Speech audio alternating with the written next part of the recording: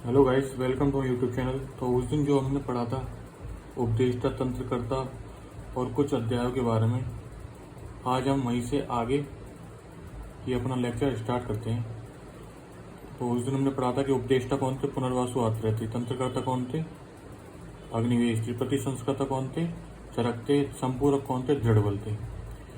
कितने स्थानों का वर्णन किया गया था, कुल 8 स्थानों का वर्णन किया गया था चरक संहिता में, जिसमें कि 120 अध्याय हैं, 9295 सूत्र हैं। कुल औषधियाँ कितनी हैं, 1950 औषधियाँ हैं। कुल श्लोक कितने हैं, 12,000 श्लोक बताया जाता है। यस्य द्वादश सहस्री हति तिष्ठति संहिता।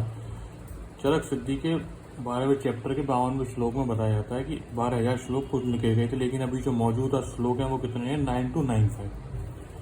तो अब हम पढ़ेंगे आज क्या पढ़ना है। आज पढ़ना है हमें चरक संहिता में कुल टीकाएं कितनी लिखी गई।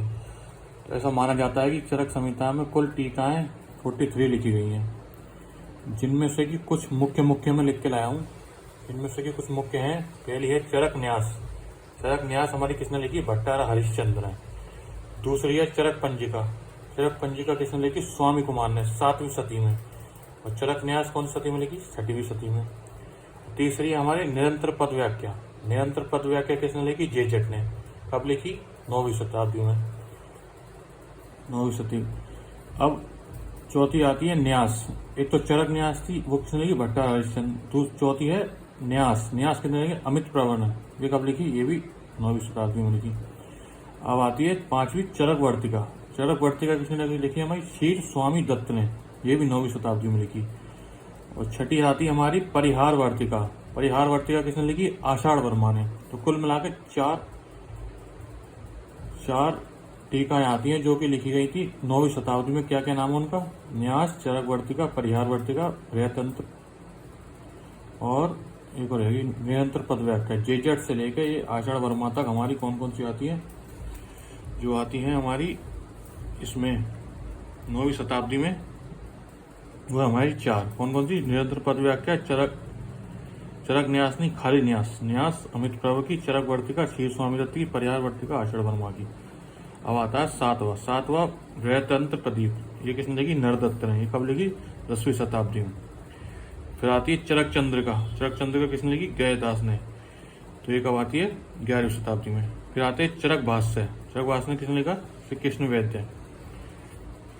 कब लिखी, 11वीं शताब्दी में। आयुर्वेदिक दीपिका के सबसे फेमस जो है आयुर्वेदिक दीपिका है, इसको आप रेड पेन से हाईलाइट कर लीजिए या फिर स्टार लगा लीजिए इसके आगे। तो आयुर्वेदिक दीपिका किसने लिखी, चक्रपाणी। कब लिखी, 11वीं शताब्दी में। इसके बाद 5 और रहती है चरक तत्व प्रदीपिका। इसने लिखी शिवदान सेन, 11वीं शताब्दी में लिखी। इसके बाद है चरक प्रकाश कौस्तुभ। कब लिखी गई, नरसिंह कविराज ने लिखी, 17वीं शताब्दी में।